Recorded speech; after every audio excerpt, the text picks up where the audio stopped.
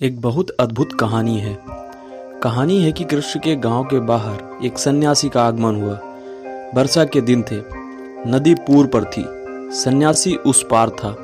गांव की स्त्रियां जाने लगी भोजन कराने, तो राह में उन्होंने कृष्ण से पूछा कि कैसे हम नदी पार करें, भारी है पूर, नाव अब लगती नहीं, सन्यासी भूखा है, 2-4 दिन हो गए हैं, खबरें भर आती हैं उस पार खड़ा है, उस पार तो घना जंगल है, भोजन पहुंचाना जरूरी है, कोई तरकीब बताओ कि हम कैसे नदी पार करें।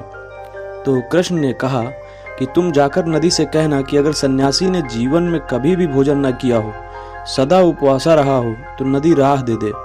कृष्ण ने कहा था तो स्त्रियों ने मान लिया। वे गईं और उन्होंने नदी से कहा कि हे नदी, राह दे दें, अगर सन्यासी जीवन भर का उपवासा है तो हम भोजन लेकर उस पार चली जाएं। कहानी कहती है कि नदी ने राह दे दी। नदी को पार करके उन स्त्रियों ने सन्यासी को भोजन कराया। वे जितना भोजन लाई थी वह बहुत ज्यादा था, लेकिन सन्यासी सारा भोजन खा गया। अब जब वे लौटने लगी तब अचानक उन्हें ख्याल आया कि हमने लौटने की कुंजी तो पूछी नहीं।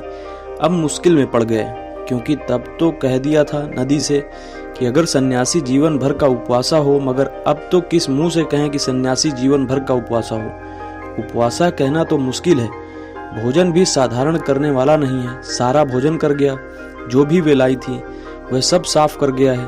वे बिल्कुल खाली हाथ है। उस सन्यासी ने उन्हें मनाने की भी तकलीफ ना दी कि वो दोबारा उससे कहें कि और ले लो, और ले लो, और बचा ही नहीं। अब वे बहुत घबरा गई हैं। उस सन्यासी ने पूछा कि क्यों इतनी परेशान हो, बात क्या है। तो उन्होंने कहा, हम बड़ी मुश्किल में पड़ गए हैं। हम सिर्फ आने की कुंजी लेकर आए थे, लौटने की कुंजी हमें पता नहीं। सन्यासी ने पूछा, आने की कुंजी क्या थी। उन्होंने कहा, कृष्ण ने कहा था कि नदी पार करना, तो नदी से कहना कि राह दे दो, अगर सन्यासी उपवासा हो। उस सन्यासी ने कहा, तो फिर इसमें बात क्या है, ये कुंजी भी फिर काम करेगी। जो कुंजी ताला बंद कर सकती है वो खोल भी सकती है, जो खोल सकती है वो बंद भी कर सकती है, फिर उपयोग करो। उन्होंने कहा, लेकिन अब कैसे उपयोग करें, आपने भोजन कर लिया। वह सन्यासी खिलखिलाकर हंसा। उस नदी के तट पर उसकी हंसी बड़ी अद्भुत थी। वे स्त्रियां बहुत परेशानी में पड़ गई। उन्होंने कहा, आप हमारी परेशानी पर हंस रहे हैं। उसने कहा, नहीं, मैं अपने आप पर हंस रहा हूँ। तुम फिर से कहो। नदी मेरी हंसी समझ गई होगी, तुम फिर से कहो।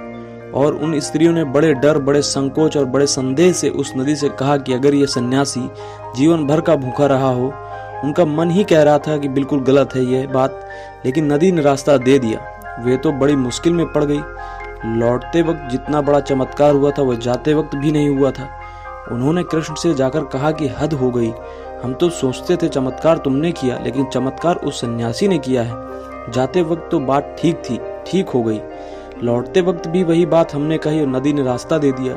तो कृष्ण ने कहा कि नदी रास्ता देगी ही, क्योंकि सन्यासी वही है जो भोजन नहीं करता है।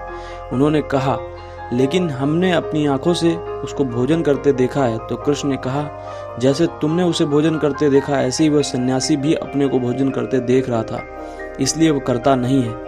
यह कहानी है। किसी नदी के साथ ऐसा करने की कोशिश मत करना, नहीं तो नाहक किसी सन्यासी को फंसा देंगे आप। कोई नदी रास्ता नहीं देगी। लेकिन बात यह ठीक है, अगर हम अपने को भी अपनी क्रियाओं में कर्ता की तरह नहीं, दृष्टा की तरह देख पाएं सारी क्रियाओं में, तो मरना भी एक क्रिया है और वह आखिरी क्रिया है।